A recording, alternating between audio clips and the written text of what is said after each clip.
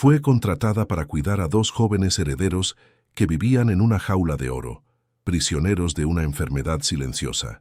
Pero detrás de sus humildes ropas de trabajo, Elena Rojas escondía una verdad que estaba a punto de destruir un imperio de mentiras y crueldad. La mansión en el corazón de Polanco, en la Ciudad de México, era un monumento al lujo y la opulencia. Mármol frío, obras de arte valuadas en millones, y un silencio sepulcral que contrastaba con la vida que debía existir allí. Un silencio que helaba los huesos. Desde el primer día, Elena sintió que algo no estaba bien. Los pequeños gemelos, postrados en sus camas, parecían muñecos de porcelana, demasiado quietos, demasiado ausentes. Los médicos decían que era una condición incurable, un estado vegetativo del que nunca saldrían.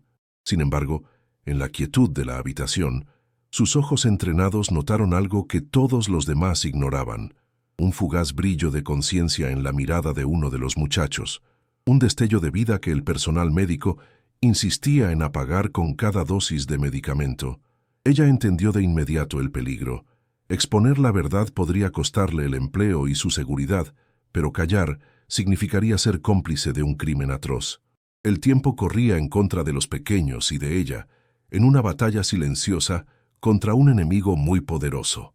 Pero nadie imaginaba quién era ella realmente, ni el infierno que estaba dispuesta a desatar para salvarlos.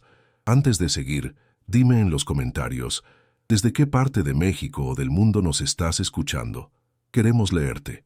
El aroma en esa casa no era de hogar, sino de hospital. Un olor a antiséptico y a tristeza que se impregnaba en los lujosos muebles. Luz, la gobernanta de toda la vida, intentaba darle algo de calor al ambiente preparando un té de manzanilla, un remedio del alma que parecía no hacer efecto.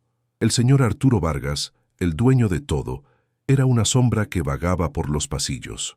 Un multimillonario viudo, ciego por el dolor de haber perdido a su esposa y con una fe absoluta en el doctor Ricardo Morales, el hombre que le prometió un milagro para sus hijos. Fue entonces cuando conoció a Beatriz, la enfermera en jefe. Una mujer de uniforme impecable y mirada de acero, que caminaba como si cada pasillo le perteneciera. Ella era la guardiana de los secretos de esa casa, la mano derecha del doctor Morales y la primera barrera de Elena. Con una voz fría y cortante, Beatriz le dio la bienvenida a Elena. Ella dijo: «Su única obligación aquí es seguir mis protocolos al pie de la letra. No pregunte, no opine, solo obedezca. Cualquier desviación y estará en la calle. ¿Quedó claro?». Elena, con la humildad que la caracterizaba, simplemente asintió. Sus manos, curtidas por una vida de trabajo, se entrelazaron frente a ella, pero en su mirada había una firmeza que Beatriz no supo ver. Ella respondió con voz serena: «Quedó perfectamente claro, señora». Beatriz la condujo a la habitación de los gemelos, describiendo su supuesta condición con una frialdad clínica que a Elena le pareció ensayada. Hablaba de ellos como si fueran objetos, no personas, refiriéndose a su estado como una tragedia irreversible que solo ellos podían manejar. Mientras acomodaba una de las sábanas, Elena vio lo imposible. Uno de los muchachos, inmóvil hasta ese momento, siguió su mano con los ojos. Fue un instante, un parpadeo, pero fue real. Era un grito de auxilio silencioso que solo un alma atenta podía percibir. Al otro lado de la habitación, Luz, que limpiaba un jarrón, dejó caer su paño al suelo. Vio el gesto del joven y cruzó su mirada con la de Elena. En sus ojos había un terror inconfundible, el miedo de quien sabe una verdad peligrosa y ha sido forzada a callar. Elena entendió la situación al instante. Recogió el paño, se lo entregó a Luz con una leve sonrisa y actuó como si nada hubiera pasado. Sabía que Beatriz la observaba y que cualquier reacción la pondría en evidencia. La primera semilla de una alianza silenciosa acababa de ser plantada. Beatriz, satisfecha con la aparente sumisión de la nueva empleada, se retiró dando una última orden. Ella no se dio cuenta del pacto no hablado que acababa de nacer entre aquellas dos mujeres, una unión forjada en la compasión y la búsqueda de justicia. Las vidas de los dos muchachos pendían de un hilo. Cada día que pasaba bajo el supuesto cuidado de Morales y Beatriz era un día más en que sus mentes y cuerpos eran envenenados lentamente, empujándolos hacia un abismo del que quizás nunca podrían regresar. Para el señor Vargas, no solo estaba en juego la esperanza de recuperar a su familia, sino también su inmensa fortuna. Su dolor era la moneda de cambio en un juego macabro, donde cada tratamiento falso vaciaba las arcas que había construido con el trabajo de toda una vida. Para Elena y Luz, el riesgo era absoluto. El doctor Morales no era un simple médico, era una figura influyente con una red de poder. Una sola palabra equivocada, un paso en falso, y no solo perderían su trabajo, sino que podrían enfrentar represalias inimaginables. La urgencia se materializó de repente. El doctor Morales, con su carisma manipulador, le anunció al señor Vargas un nuevo procedimiento experimental, costosísimo y supuestamente traído de Europa. Lo presentó como la última y única esperanza, la solución definitiva para la tragedia de sus hijos. El tiempo se agotaba. Javier Mendoza, el abogado y amigo de la familia, debía autorizar la transferencia de millones de pesos antes del fin de semana para asegurar el tratamiento. Morales había creado una fecha límite, una trampa perfecta que obligaba a todos a actuar con rapidez. Elena lo supo en ese instante. Aquel procedimiento no era una cura, era el clavo final en el ataúd de esa mentira. Una forma de asegurar una fortuna y quizás de silenciar a los niños para siempre. La carrera contra el reloj había comenzado. Beatriz no era ninguna tonta. La mirada atenta de Elena no le pasó desapercibida, y sintiendo una amenaza a su control, decidió aumentar la presión. De la noche a la mañana, aparecieron nuevas cámaras de seguridad en la habitación, pequeños ojos de cristal que todo lo veían. El cuarto de los niños se convirtió en una celda de máxima seguridad. Cada movimiento de Elena era vigilado, cada segundo era monitoreado. Beatriz le restringió el acceso a ciertas horas, buscando cualquier excusa para mantenerla alejada y aislada, creyendo que así podría quebrar su espíritu. Pero subestimaba la lealtad de Luz. La fiel gobernanta se convirtió en los oídos y los ojos de Elena. Con una astucia nacida de años de servicio, creaba distracciones perfectas, un supuesto cortocircuito en la cocina, una mancha de café derramada en el monitor de un guardia. Fueron esos breves instantes los que Elena aprovechó. En un descuido provocado por Luz, corrió a la cama de uno de los muchachos, sacó su modesto celular, susurró el nombre del joven y grabó cómo sus ojos, inconfundiblemente, seguían el sonido de su voz. Apenas había guardado el video cuando escuchó los pasos de Beatriz acercándose por el pasillo. Con el corazón en la garganta, deslizó el teléfono debajo del colchón segundos antes de que la puerta se abriera. La enfermera la miró fijamente, buscando cualquier señal de desobediencia. Elena sabía que esa grabación borrosa no era suficiente. Necesitaba un aliado con poder, alguien que no pudiera ser despedido con una simple orden. En la siguiente visita de Javier Mendoza, el abogado, se las ingenió para interceptarlo en el jardín, lejos de oídos curiosos. Le mostró el video. Javier, un hombre pragmático y leal a la familia, frunció el ceño. Él le dijo con pesar: «Señora, le agradezco su preocupación, pero esto no es una prueba. Podría ser un simple reflejo, un espasmo. Necesito algo más contundente para actuar». La decepción fue un golpe duro, pero Elena no se rindió. «¿Y tú? ¿Qué habrías hecho en su lugar? ¿Te habrías rendido ante la duda o habrías seguido luchando por la verdad? Cuéntamelo en los comentarios. Quiero leer tu opinión». Mirando al abogado a los ojos, cambió de estrategia. Ella le dijo con voz firme: «Usted es un hombre de leyes y números, licenciado. Yo solo soy una cuidadora, pero mi instinto me dice que algo está mal. Quizás, si revisa las facturas, los números le cuenten la historia que yo no puedo probar». Esa frase se quedó grabada en la mente de Javier. La tranquila seguridad de Elena, su apelación a su lógica y no a su emoción, sembró una semilla de duda. Por la lealtad que sentía hacia su amigo Arturo, decidió hacer una revisión discreta, solo para descartar cualquier locura. Desde su despacho, comenzó a investigar las finanzas de los tratamientos. Lo que encontró lo dejó helado. Cifras astronómicas, facturas por medicamentos que nunca llegaron, honorarios de especialistas europeos que tras una rápida búsqueda descubrió que ni siquiera existían. El castillo de naipes del doctor Morales comenzaba a tambalearse. El abogado, que antes era un escéptico, Ahora tenía en sus manos la prueba de un fraude multimillonario. La rabia sustituyó a la duda. Habían estado robándole a su amigo, aprovechándose de su más profundo dolor. Mientras tanto, en la mansión, la tensión podía cortarse con un cuchillo. Beatriz, cada vez más paranoica, confrontó a Luz directamente, amenazándola con despedirla y arruinar su reputación. «Sé que usted y la nueva andan cuchicheando. Cuidadito, porque aquí la que manda soy yo». Luz soportó el ataque con una dignidad silenciosa. Su miedo era grande, pero su lealtad a la familia era aún mayor. Sabía que estaban cerca, que la verdad estaba a punto de salir a la luz y que no podía flaquear en el momento más crucial. Elena dio el siguiente paso, el más arriesgado de todos. Durante otro de los descuidos de Beatriz, logró tomar una pequeña muestra de saliva de uno de los niños con un hisopo de algodón. Era la única forma de probar la sedación continua, la pieza final del rompecabezas. Ahora el problema era sacar esa prueba de la mansión sin ser descubierta. La llevaba oculta en su bolsillo, una bomba de tiempo que podía salvar a los niños o condenarla a ella para siempre. Mas nadie podría imaginar que por tras de aquel olhar cansado había una verdad que mudaría todo. Sintiéndose acorralados, el doctor Morales y Beatriz decidieron jugar su última carta, desacreditar a Elena. Convocaron una reunión urgente en el despacho del señor Vargas, al que también asistió el abogado Javier Mendoza. Hicieron pasar a Elena, planeando humillarla y despedirla frente a todos. Con una arrogancia desmedida, el doctor Morales comenzó su discurso.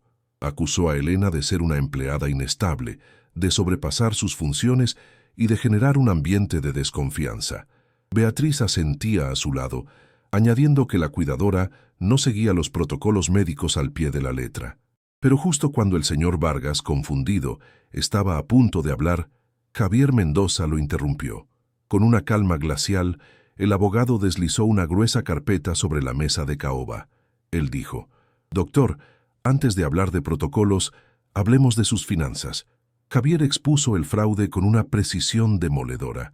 Detalló las facturas infladas, los nombres de los médicos fantasma, las medicinas que se cobraron pero nunca se compraron. La cara de Morales palideció, pero intentó defenderse, hablando de costos operativos complejos y errores de contabilidad. Fue en ese momento que Elena dio un paso al frente. Su postura ya no era la de una empleada sumisa. Se irguió, y su voz resonó en el silencio del despacho con una autoridad que nadie le conocía. La verdadera Elena Rojas estaba a punto de revelarse. Ella dijo con una claridad implacable: «Mi nombre es Elena Rojas, y antes de aceptar este trabajo, fui la jefa de enfermeras del área de pediatría en el Hospital General durante 15 años. Sé reconocer a un niño sedado cuando lo veo». El impacto de sus palabras fue como una explosión. El señor Vargas la miró como si la viera por primera vez. El doctor Morales y Beatriz se quedaron sin aliento. Su mentira más grande, la supuesta ignorancia de Elena, se había derrumbado frente a ellos. Pero la revelación no terminó ahí. Elena sacó de su bolso 2 pruebas irrefutables. La primera era un informe de un laboratorio independiente. Ella leyó en voz alta: «Los resultados confirman la presencia de altas dosis de sedantes, consistentes con un estado de coma inducido». Luego, con la ayuda de Javier, proyectó en una pantalla el video que había grabado con su celular. Ahora, a la luz de su experiencia y del informe tóxico, el movimiento en los ojos del niño ya no era un reflejo. Era la prueba desgarradora de una conciencia atrapada. El mundo del señor Vargas se vino abajo. La traición era tan profunda, tan monstruosa, que le robó el aliento. Vio los rostros de pánico de las 2 personas en las que había depositado toda su fe y entendió la horrible verdad. Sus hijos no estaban enfermos, estaban secuestrados. Lo que viene te va a sorprender, así que deja tu like y suscríbete para no perderte ninguna historia. La justicia para esta familia está a punto de llegar y no querrás perdértela por nada del mundo. El dolor en el rostro del señor Vargas se transformó en una furia helada. Se levantó y por primera vez en mucho tiempo su voz de empresario poderoso resonó en las paredes. Mirando a Morales le dijo: «Usted no solo me robó mi dinero, me robó el tiempo con mis hijos». Con una sola llamada, activó el sistema de seguridad de la mansión. Puertas de acero se deslizaron silenciosamente, sellando cada salida. «Nadie sale de esta casa hasta que llegue la policía», sentenció con una calma aterradora. El cazador se había convertido en la presa.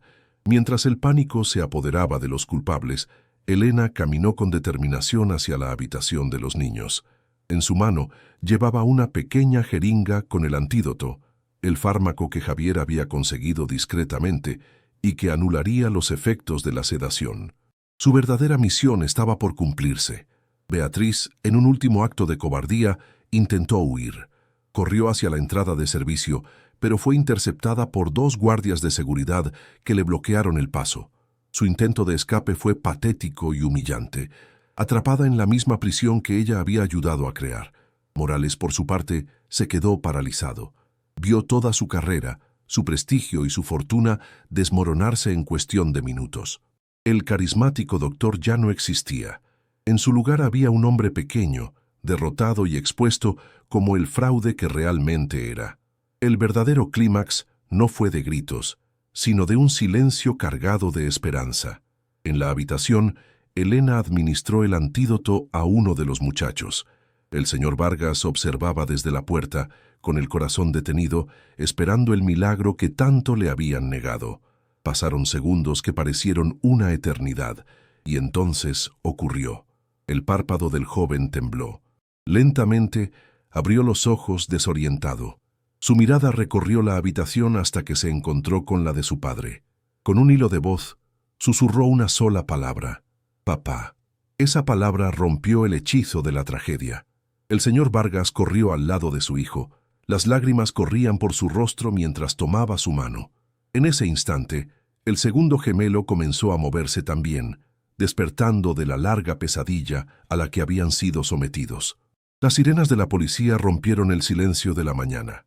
Morales y Beatriz fueron escoltados fuera de la mansión, esposados, pasando frente a la habitación donde un padre se reencontraba con sus hijos. Su humillación fue total, su imperio de crueldad reducido a cenizas.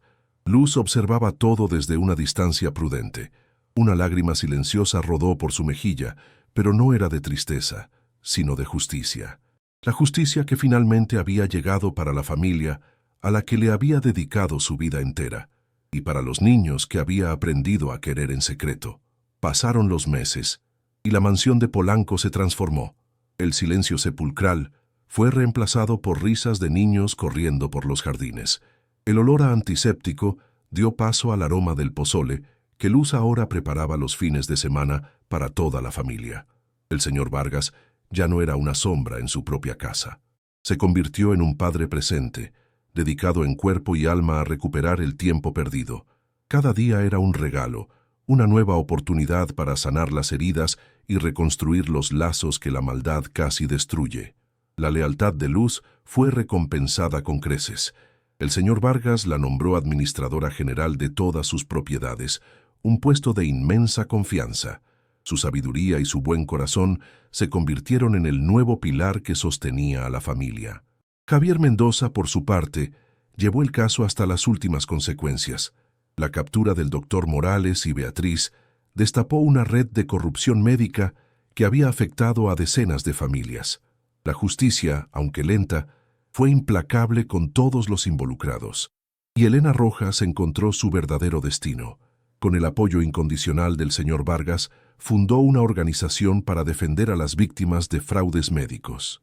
Su experiencia y su valentía se convirtieron en un faro de esperança para los más vulnerables. Naquele dia, todos aprenderam a lição mais importante, que a coragem de uma pessoa, fortalecida pela lealdade de um amigo, pode derrubar até os impérios mais corruptos, e que a verdadeira riqueza não está no que se tem, mas na integridade do coração. A história de Helena nos ensina que, às vezes, os heróis não usam capas, mas uniformes humildes, e que a verdade, por mais que tentem enterrá-la, sempre encontra um caminho para sair à luz e fazer justiça.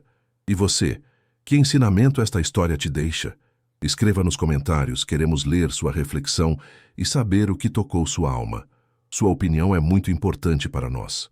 Se esta história comoveu seu coração e te fez acreditar no poder da bondade sobre a maldade, Compartilhe-a com alguém que também precise ouvir esta mensagem. Às vezes, uma história pode mudar o dia de uma pessoa.